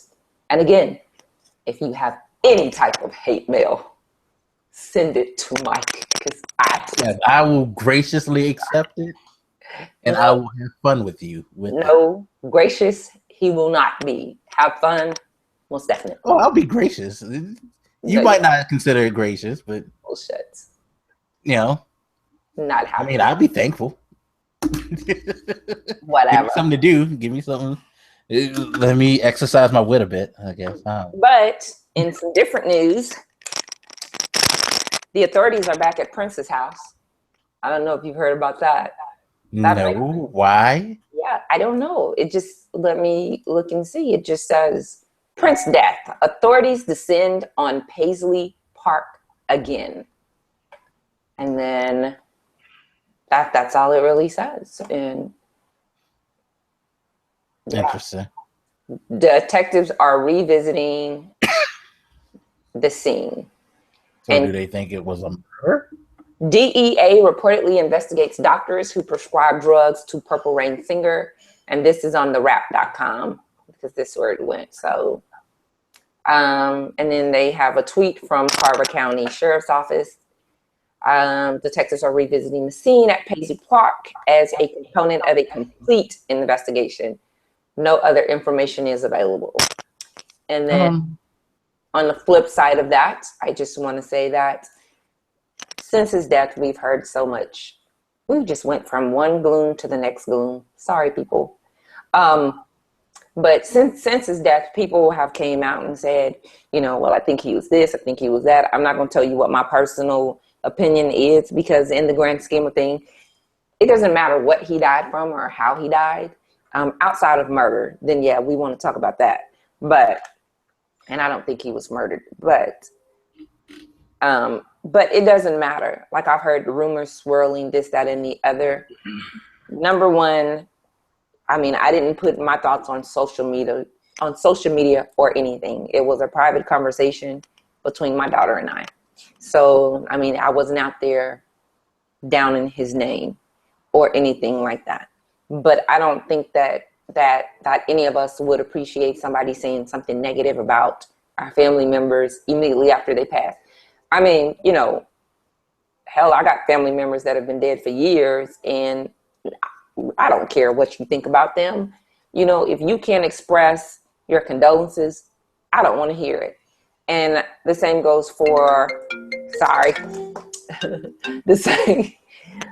It's crazy because I'm on my computer and I turn FaceTime off and it turns itself back on. And this comes from a person that used to work for Apple. Don't judge me. Anyways. So, but, you know, now is not the time to be spewing rumors or anything about that. I think that he is a legend. I'm not going to say was a legend because I don't think that legendary status dies with the human body. So, he is a legend, and I think that we need to respect him as such. I didn't like when people said negative stuff about Michael Jackson. Like, well, the pedophile is dead. Oh, hell, those weren't proven. Move along, people. So, yeah, but they're back there. So I don't know because, I mean, I do think I remember reading that he was in the elevator or something when he collapsed, and they found him there. So maybe they're trying to, I don't know. Well, all I have to say on that is it's a sad part of society that when you're a celebrity, this is the stuff that comes out. Not saying it's right, but that's just the way we treat it. And especially these days, we're always looking for the worst in things. That being said, be it true or not, for me, it doesn't change what I think about it. Yeah, it doesn't change. Like, because me worried about how he died or if Michael like did that or not. My life is still going to go on. I think you guys need to kind of get past it. There's other news where, you know, not to slip back into the political thing. We're not even going to talk about politics. I'm not going into it, but this is why things like the politics get pushed to the back. You know, people don't know much about things because they don't talk about the ins and outs. We're concerned whether or not Prince took some pills or not. That's the major thing. And you should be concerned about how the Beyonce's dad cheated on her mom with. You know, that's the things in the media that get pushed to the top.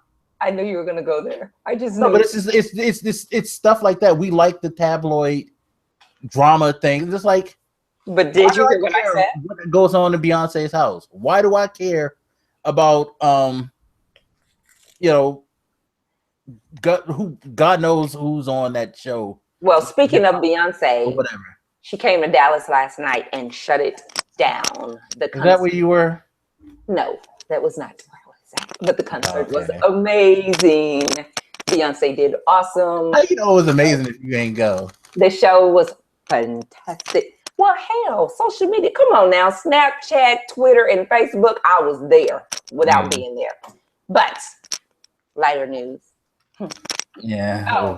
Happy belated Mother's Day to all of the mothers out there. Yes, happy belated Mother's Day to you too. Well, I told you happy Mother's Day, so. Yeah, you did. But moms, we make the world go round.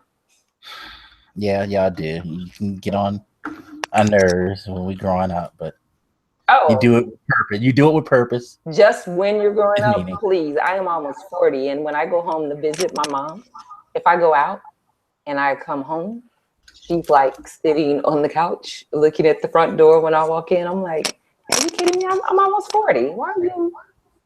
But you coming up in her house. That's what she says. So guess what? Whenever she comes to Texas and she leaves with her friend, of course I'm dead to the world, knocked out sleep. But she has the little remote. And when I hear it ding in my bedroom, I instantly run and get on the couch and act like I've been there all night, and I stare at the front door. When does she break it down and like tell you to get the hell out of her face? Like 2 seconds after walking. Like 2 seconds after walking in the house, she is like, "Are you like the first time?" She goes, "Are you serious right now?" I was like, "What do you have to say for yourself walking in here at 6:15 in the morning?" She said, "Oh, it's just 6:15. We'll be right back," and walked back out the door. You can't beat mama. You should know this by now. So I was like, okay. So then, like the next time she did it, because she comes like maybe once a year, sometimes more. So then the next time she came, and I'm like, so you're just now walking in? She said, girl, look, I'm tired. I'm broke because we didn't win. And I'm upset. You better go to bed. I was like, you know what, Mom? That is an awesome idea. Good night. And I went to bed. I'm not gonna even play with her right now. Don't play. Yeah, don't play. You don't get it. Yeah, I'm like, All right, I'm so not even gonna deal with her right now on that. And then Ferguson has a new police chief. So hopefully he does great things in Ferguson. I'm very optimistic about that. I know people got a bad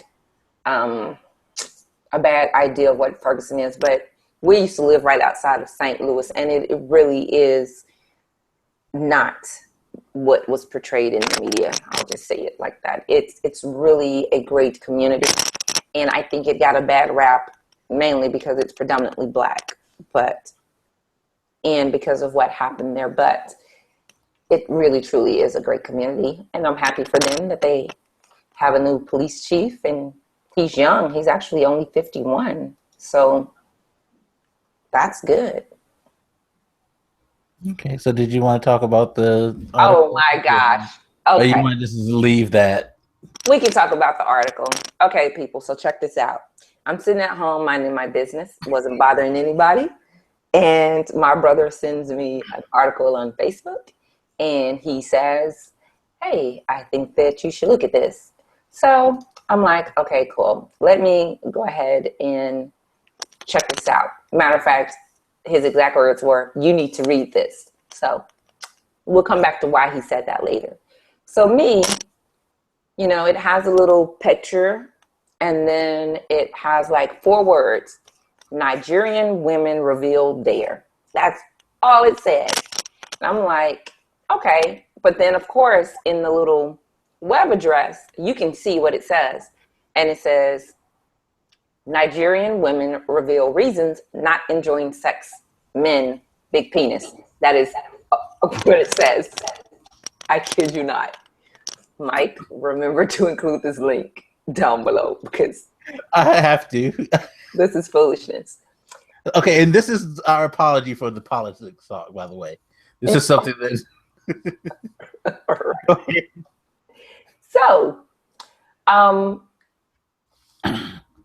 So, so I start reading, and I'm not going to read the whole thing, but I'm just going to read the beginning. It says, men love to brag about the size of their penis. It is believed that the bigger the penis, the more fun the woman will have.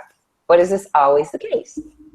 So they have 1, 2, 3, 4, 5, 6 women.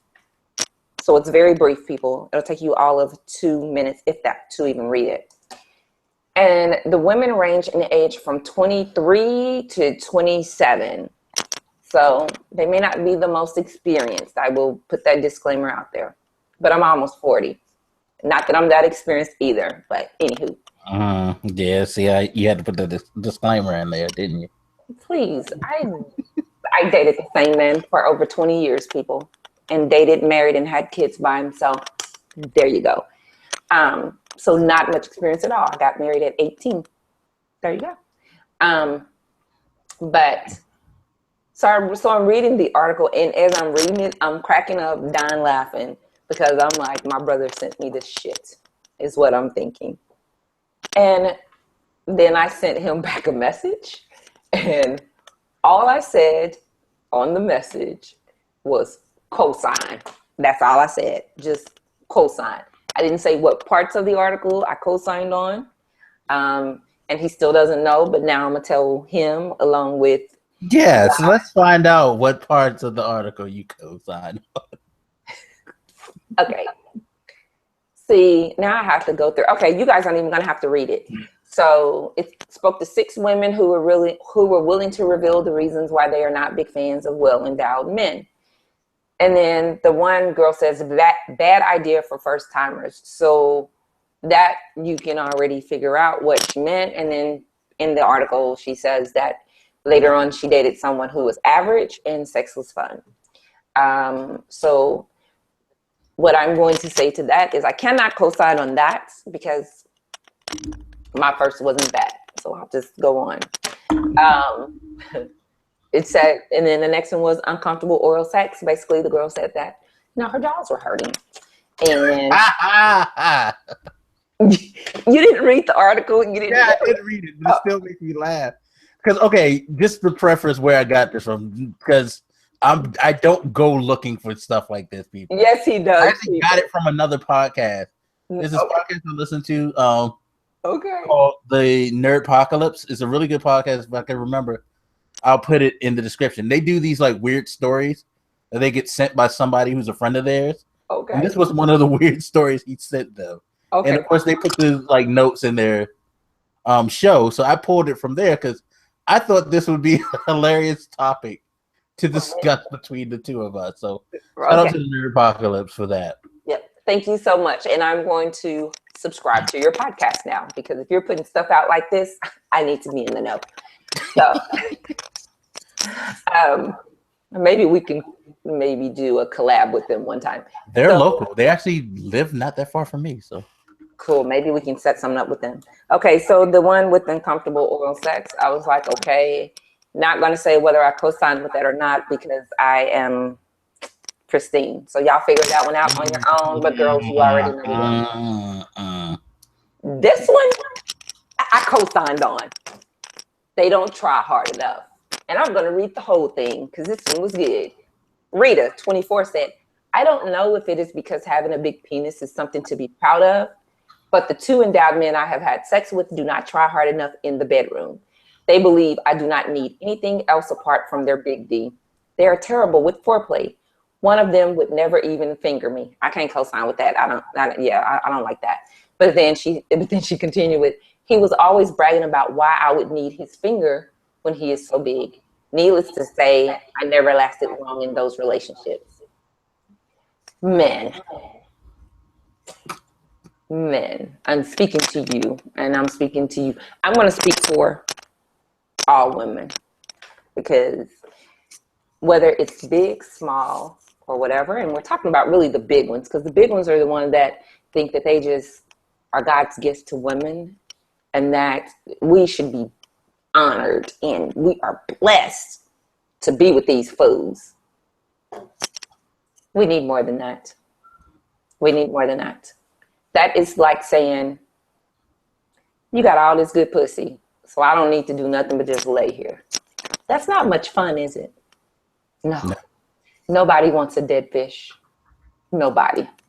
So, big D's, figure that shit out, because to walk around talking about that's all you need, no foreplay, no romance, and just now I'm finna break your back out and hit your tonsils. That shit is not cool.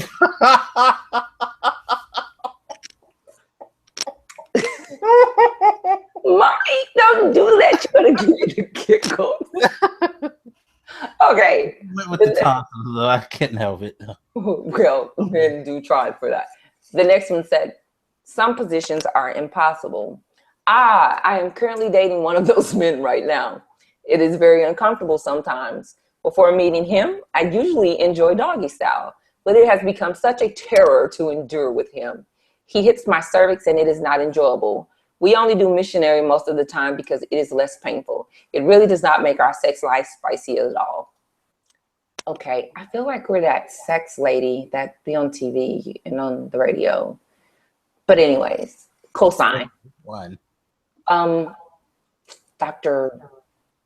Damn. I hope you're not talking about that angel lady, because no, I don't listen to her. I don't want to listen to her because the things she do when she's demonstrating oral sex, oh my God, it sounds horrible. And ladies, men don't do listen not to like her. that. That is not a cool sound. Yeah, that shit does not sound sexy. Yeah, she sounds crazy. But anyways, back to the article.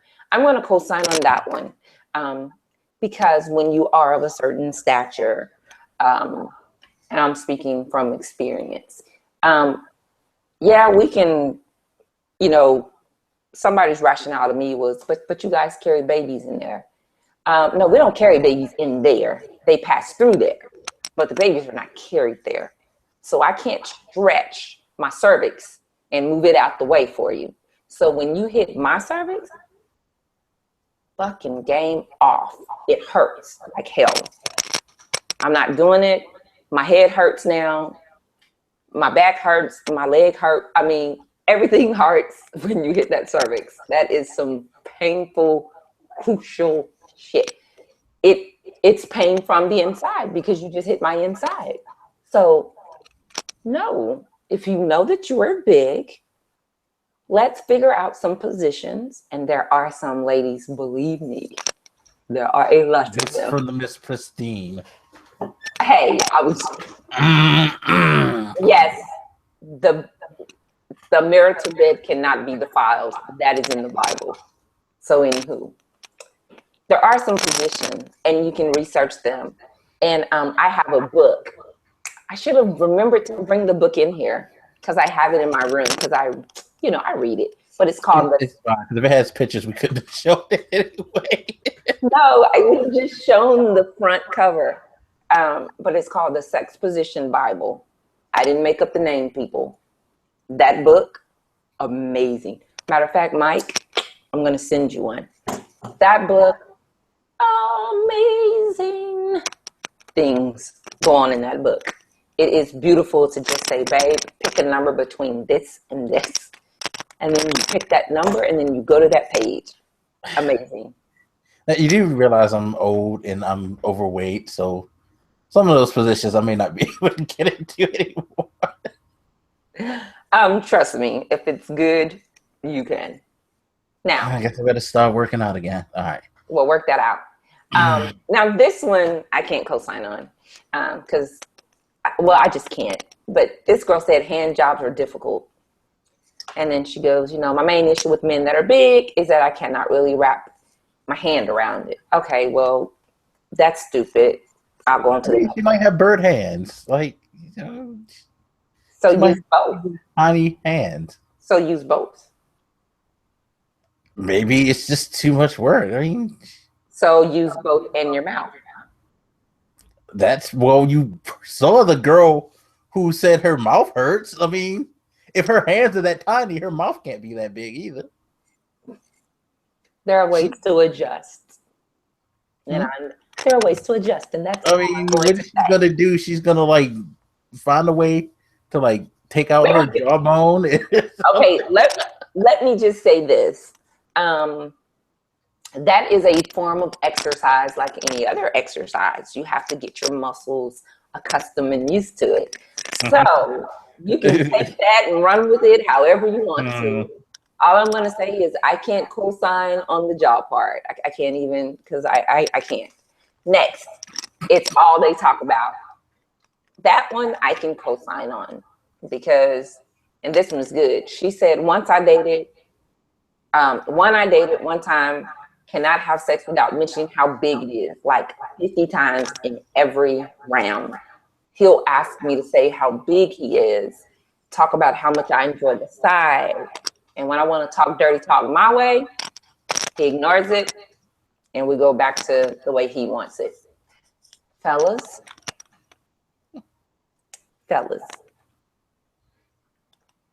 I know that some of you love dirty talk. I mean, hell, some of us like giving you dirty talk. But if I gotta tell you how big it is, you probably ain't that big. I'm probably not feeling it the way you think I'm feeling it. And you've probably been dealing with some women who don't necessarily know how to adjust. So when you come for us with that, some of us may have a smart ass response. So when you say, do you like how big it is? Some of us may say, I love how big your mouth is. And then move on. So my thing is that's a whole extra level of insecurity. Do you really need for somebody to qualify that for you? If it is big, she probably would say it voluntarily. Well, I don't know because sometimes I get in the mood and then I'd be like, ooh, do you like? No, I just heard about it. Never mind. Yeah, okay. Yeah. Again, ladies and gentlemen, Miss Pristine. But yes. no, I mean, sometimes women will say it if they believe it, whatever. If they really like it, why you gotta keep pressuring them to give you an answer? Like, did someone call you small and now you got a complex or something like that? For the I don't. To me, seriously now, instead of me being funny, but to me, I don't have to qualify that I'm enjoying it, because I mean, if we're doing it, I enjoy it. If we're doing it, I think it's good. Because men just, because mind you, I have a brother, Mike, and then I have other male friends, and we do talk about things off camera that we can't necessarily talk about on camera, because this isn't a sex show. Although maybe we should have. I don't know about that, because I've learned some things about you that I probably don't want to learn. Maybe we could have because you might be into that angel lady stuff. Like, by the way, when I say like the sound ladies doesn't sound good, I'm talking about the sound she makes with her mouth. You want to use a grapefruit? Please go ahead. That crap. Let me just speak on that really quick, and then we're gonna come back to. Although that's a little messy, I don't know if I want that. That shit is terrifying to me as a woman, because if it's the same woman that I think you're talking about, she makes if I remember the link in the description. It's like a crazy, it's like a deranged, phoned rabbit animal. That ain't what you want to hear down there. No, it's not. It's when she's like showing people. I mean, it's the one to go. Yes, that. It sounds like somebody's pouring like 10 gallons of water down a garbage disposal. Or it's, to me, it really reminds me of when I got something stuck in my throat and I'm like, right. I mean, you don't want to hear that. Or like people that scratch their throat with that. Yeah, exactly. It's like, no. You do not want to sound like the garbage disposal is going on down there. No, she think that's just like, she says like guys like to know what guy you been with. Like that. Like, ew. Like maybe he just don't notice because maybe your head game's that good, you know. But I know me, and I don't care how good it is. If there's something weird going on, I'm gonna pause. I'll be like, hold up, wait, no. You gonna pause. Not only am I going to pause, but I'm going to say, you know what, babe? You just messed up this whole video. We gotta start this shit all over again. Yeah, I could think of a time where I couldn't because, well, she was on top, but I was scared because of the shit she was saying. Like, I was seriously scared. I was like, I need to hurry up and get this over with because it's crazy. Like, seriously. You were scared. Get the fuck out of here. I don't know if I ever told you this story. I actually told it on YouTube, by the way, on my other channel. I think. Oh my gosh! Please tell it now. Huh? Please tell it now. Okay. So I was with this chick, and I call her the sermon lady because she wanted to get on top. So I'm like, "Oh, go ahead, do your thing." And while she's doing it, all of a sudden, she starts talking to me, saying stuff like how she knows I would love this pussy and I'm gonna always want it, baby. And that it's the best thing that I ever had, and I know, like, never say once that. you like, once we're done, you're gonna want me to come by and like, I'll cook for you and I'll clean for you. But in between her sermon, stop. She does no. But this is what's worse. No, in between stop. her like giving her sermon. Comment. I got a comment. Stop. What?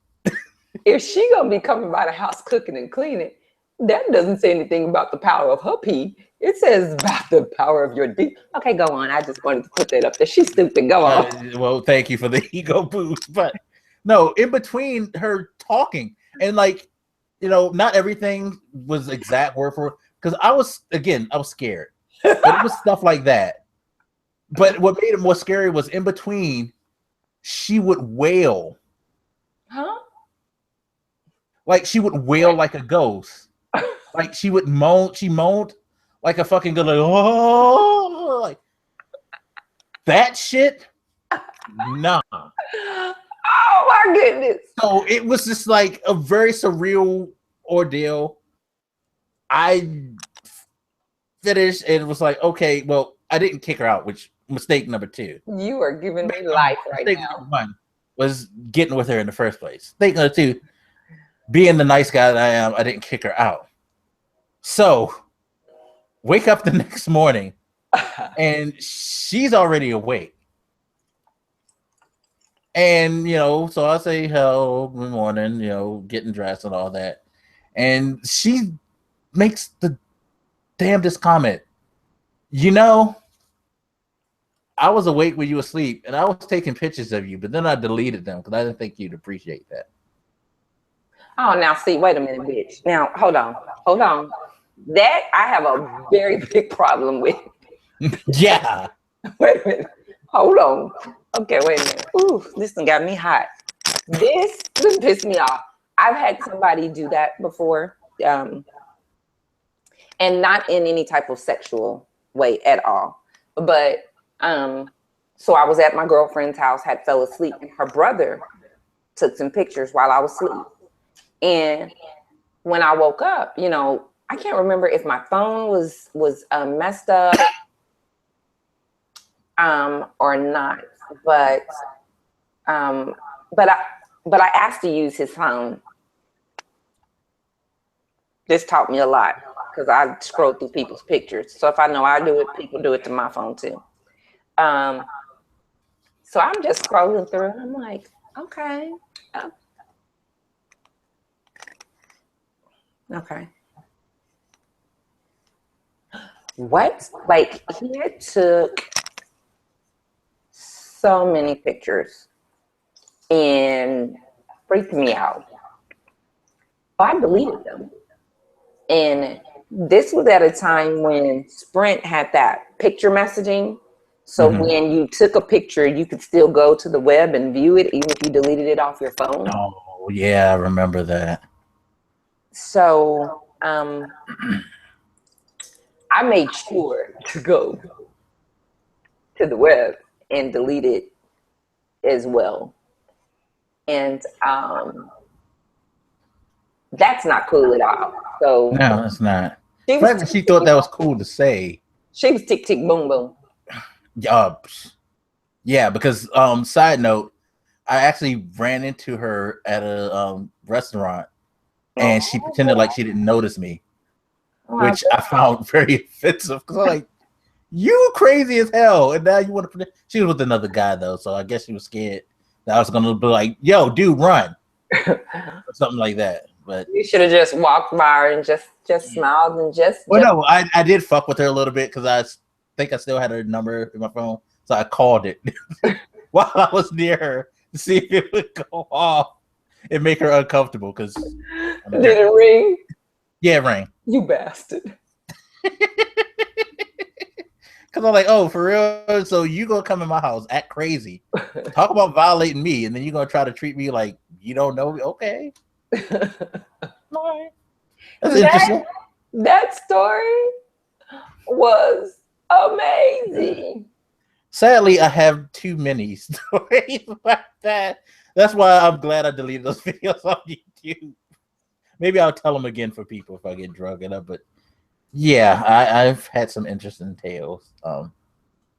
That is hilarious. I don't really have any. Well, I do have crazy dating stories because I was divorced for a minute.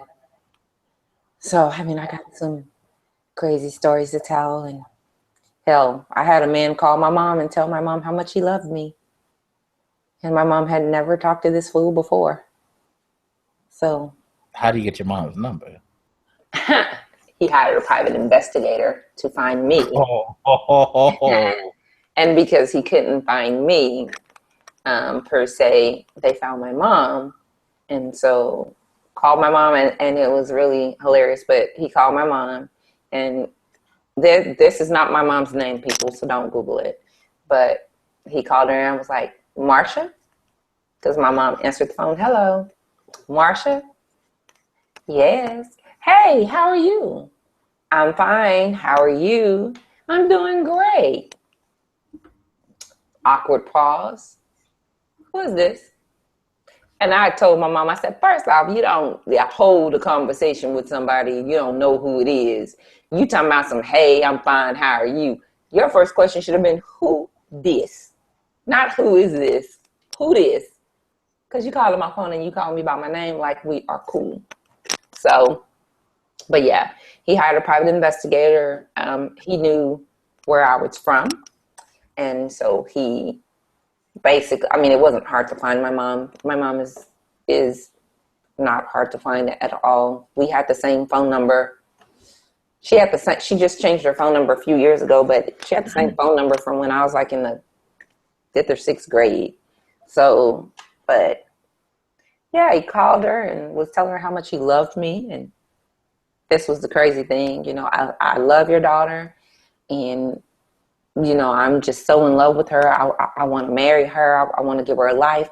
And I've bought a house, and I've bought a house that's big enough for me, her, and her kids, and my kids. And my mom called me, and good old Christian lady was like, basically, who the fuck is this? Because she called me and was like, hey, dude, you know, and she said his name. I'm like, now my head is like, okay, how does she know him? I know I ain't never talked about him. And yeah, it was ridiculous.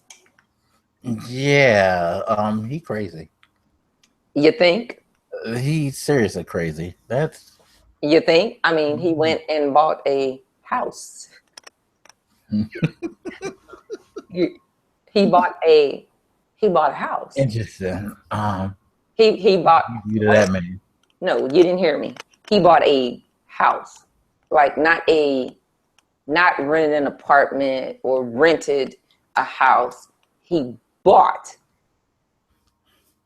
a house. And I guess because getting to me wasn't working, because I was just like, hell, you local, like ticky ticky boom boom boom. So I'm not even dealing with you like that. And then it was, yeah, he called my mom, and my mom called me. Good old church lady was like, look, who is? And I'm like, and then she says, well, he just called me. And to know my mom is to love my mom, because, you know, she don't really play about anything. So I knew she wasn't joking, but I was like, are you kidding? Like, it was crazy. So I can imagine. But yes, good people. That sex article, Mike is going to include in the link. Yes, it will be with the show notes. I mean, you don't have to read the article. I just gave it all to you. But there were some things that I can co-sign on and things not. Now, what I want to read is an article of men. Flip that. What would be the opposite of God? Well, I mean, see, no offense, but most of our complaints with you guys, like, they lie outside of sex. I guess most guys would probably just complain about, well, she don't, go down on me. That's not a concern of mine, because okay, but fellas, I mean, to alleviate that, I'm just going to speak from a woman's perspective. You have to earn that. And I'm not saying earn it as in wine me, dine me, whatever. But, you know, I've had some conversations with some of my girls. And I mean, hey, we can definitely have a inside girls pajama night or whatever. We can have a whole show about that. And then we can go inside the man cave and have a whole show about that. But let me tell you some of the things that my girls and I have discussed. And I won't say who said what. I'll just tell you what was said. Some of y'all asses ain't clean. So, you know, that's not going to happen because your ass ain't fresh. So if your ass ain't fresh, shit, you don't want to smell it. You think we do? So that is a complaint. You know, another complaint is that, you know, when I want to do it, and believe it or not, men do turn down head. But I could say from experience, yes, I turned it down. I know people are gonna look at me like, "What the hell is wrong with you?" But no, because not everybody knows what they're doing. I mean, I've had this conversation, and like my one girlfriend was like, "Well, you know, I don't know how to do it," and so he always tells me no. And then my response to her was, "Okay, but if he wants it and you don't know how to do it, then how are you supposed to figure out how to cater to him? Because you're not doing. I mean, what he wants you to go practice on the mailman? I mean, what?" So that's another thing. And then another complaint, fellas, that we have, and when I say we, I do mean we. You gotta grab us by our damn head and try to put your damn dick down to our stomach through our throat. That shit is ridiculous. It is crazy. Not only is it ridiculous and crazy, it makes us be like, you know what? Fuck it. some women like that, though. I don't think any woman likes it when you grab her by her hair and forcefully bring her to you. Now, grabbing by the head, yes. I'm going to restate. Accommodate. Some women like that. Well, fuck that. I don't need you because, you know, some of them, whichever way you want to go with that, have gag reflex. Some of them don't. But for those of us and those of them that do, be kind, shit. So those are the biggest complaints. And then, you know, You could tell if guys really paid attention, they could tell. Yes, they can. Who's down for what and all that. Yes, they can. You just need to pay attention. Yes, and you know, men complain about this, and women. I mean, hell, we do too. I floss on the regular because I have braces that will soon be coming off. But I don't need your punk ass hair to floss. I got my own floss. So, men, just letting y'all know some of the complaints. So, yeah, those are some of the complaints. So, I mean, but men do turn down head. I've had several girlfriends just say, you know, he told me no. And that just tickles me to my soul when I hear my girlfriend say, well, he said no. I'm like, why? Like, what were you doing? Or not, like, helping? Oh, no, okay. Like, I can say from my perspective, it's not a big deal. It's not, like, on the top of my list. Not saying I don't like it. I mean, yeah, I do like it. Like it a lot, but it's not, it's like, it's not a requirement, I guess I should say. Okay. For me. Yeah, we definitely are going to feel free to volunteer, but it's not a requirement. Right. Well, we're definitely going to have to have a deep in the dark recesses of the men cave, because there are some things that I like. I seriously wonder what men think, what men. Yeah, I want to know what men are thinking. All right, so anybody watching this, if you really want to see that, let me know. I will. I mean, we're gonna do it whether y'all want us to do it or not. I don't mind. Yeah, I don't. So now, my question is, how transparent are you gonna be? I don't have any reason to lie. Why should I? I mean, I just told you a story about some woman in my fucking bed taking pictures of me and wailing like she's like singing slave spiritual. So clearly, and maybe if I could find the videos on my YouTube channel, if I didn't delete them, I'll send you some. Actually, I should just send you some of my drunken rants. Man, you realize that I really don't keep a lot of things off the shelf. So, I mean, anybody in the comment sections, if you're on my other channel, please comment and let her know how I am. No, I know how you are because we've had conversations that I've been like, what in it's because I'm a nice guy and like so people don't expect it, but no, I get it. Nice don't mean I'm not honest and you know, I think that for some people though, like I know if some of my friends were or some of my associates, because my friends know that I'm straight crazy on some things. But like, if some people were to even watch this one, they'd be like, what? So, yeah. I will say this though.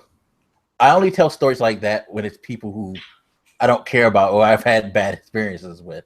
If I've had a like weird experience, I won't tell on you. Now I might say something funny and I won't mention the type of person you are. Like I told the story about the time I was scared my bed was gonna break because homegirl, you know. What? She's a big girl and I heard a creak, so I got scared. So I kind of quickened the pace because I was scared. Wait a minute. Okay, wait a minute. Hold on. I know, guys, that this is long, but this is some good shit right now. So feel free to just fast forward or just stop listening or whatever. But you're taking the notes? No. Okay. I'll go through it and I will find the part because pretty much we only had 2 topics for real. Yeah. So it's not going to be hard to find. No, it's not going to be hard to find at all. Just look at the part. In fact, I may even cut it just as a highlight so you guys can get. Okay. I got to know this. So you had a thickums in your bed and you thought thickums. I like big girls. But yeah, just this particular time, I heard a creak and I panicked. And I was like, it's not, I'm already big. She's big. I just bought this bed frame. So maybe it was settling, but I need to conserve money. And let's just kind of, I kind of sped things up, By the way, we can't do that, ladies. Some guys do have self-control. Some guys don't. Some guys just whatever, but it can happen.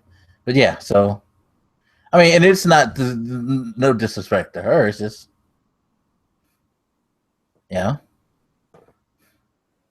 ain't want to break my bed frame. Shit. Okay. Now you see what I mean by I am transparent.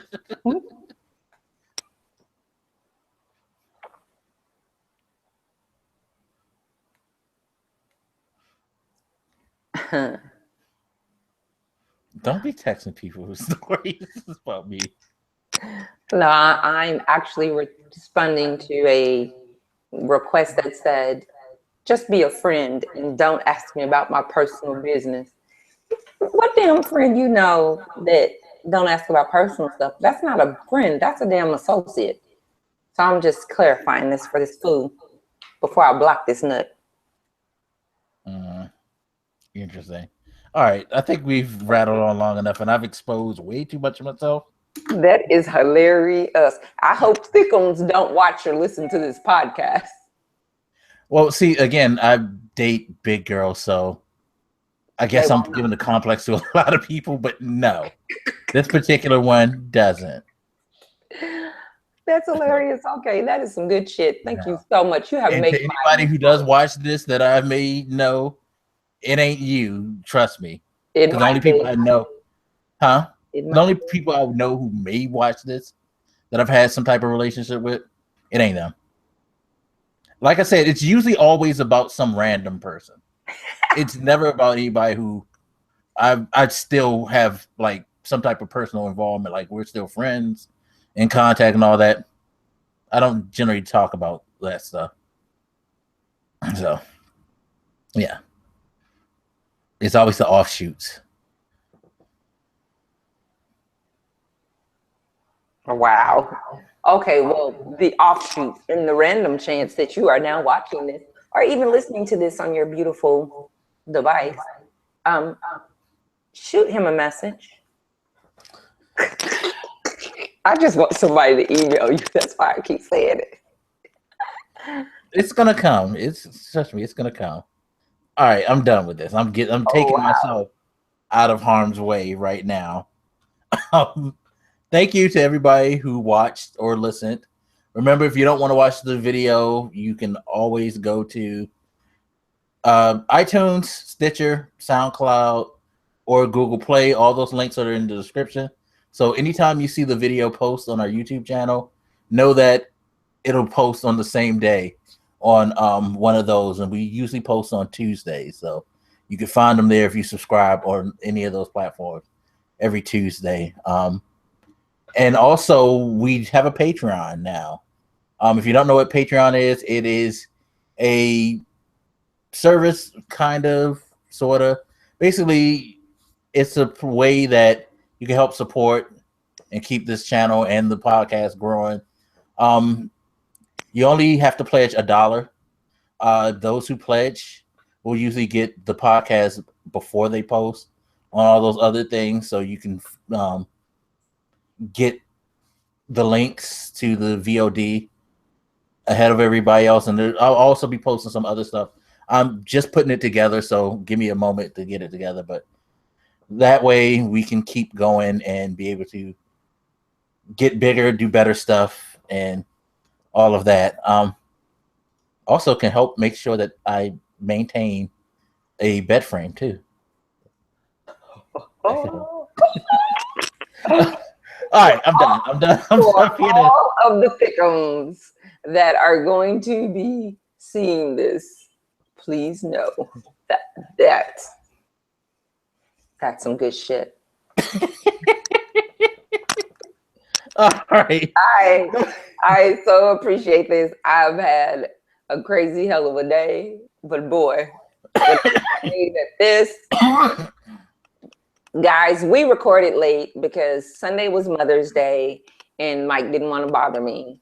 And then yesterday we were going to record and push it out to you guys, and we had every intention to. But then I hooked up with a friend and we started, as people say, telling stories and swapping lies, and had a few too many alcoholic beverages. And yeah, you wouldn't have wanted to see me last night. I mean, maybe you would. Oh, that would have been entertaining. Oh, yeah. I was going to say maybe. But I also had to be at work early. See, this is why you should go to the Patreon, too. You can help us do this for a living and entertain you. But no worries. So Friday. See, I'm already off. Sunday, we're going to start recording on Sundays and pushing it out to you guys. And guess what? I go to brunch on Sundays. So I have the mimosas. Not even mimosas. I went to brunch before and had mimosas, and then been like, you know what? Okay, this is crazy. I don't know why I'm trying to get this little frou-frou girl drink. Can I please get a shot of Patron? Or can I please get a Grey Goose and cranberry? Like, yeah. So. All right, then. So we may get some stories from her Sunday. So be on the lookout for that. All right, everybody. Thank you again for joining us.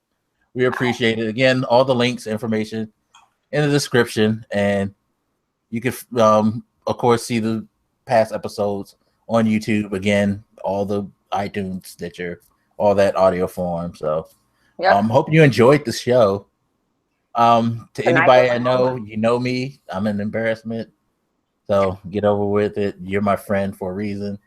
Oh my gosh. Oh, my friends are gonna be like, what in the hell? But that's okay. By the way, if you have any questions or topic suggestions, you can email us at wiseguygsd@gmail.com. You can also hit us on Twitter at wiseguygsd. So if you want to suggest topics, or you just want us to answer your question on the show, we'll do that as well. Okay. All right. Say good night to the people. Good night, beautiful people. Feel free to send me a tweet, or if you ladies, because I know you guys don't want to really deal with him, and I can't say I blame you, but you can email me at herview2016@gmail.com, just in case you don't want him to blab out your name or something else crazy. I got your back. I have discretion. Sometimes. I clearly didn't say any of these people's names. But hell, they know who they are. But they don't look at this stuff, so they could. Okay, I can't wait. Boy, I can't wait to get an I can't wait to get an email that says, my name is blah, blah, blah. And I know that Mike is talking about me. And then I'm going to be like, Mike, is it so? So in the end, you're going to be like, how in the hell? And then I'm going to be like, yeah, because she watches us. Well, just make sure that if you do watch, you follow, subscribe, Right. retweet all the episodes. Okay, appreciate it. And then Anyway, donate. yeah, please, and $1 too for me embarrassing you. Anyway, again, thank you guys for watching, and we'll see you next time. Have a good night. Good night, guys.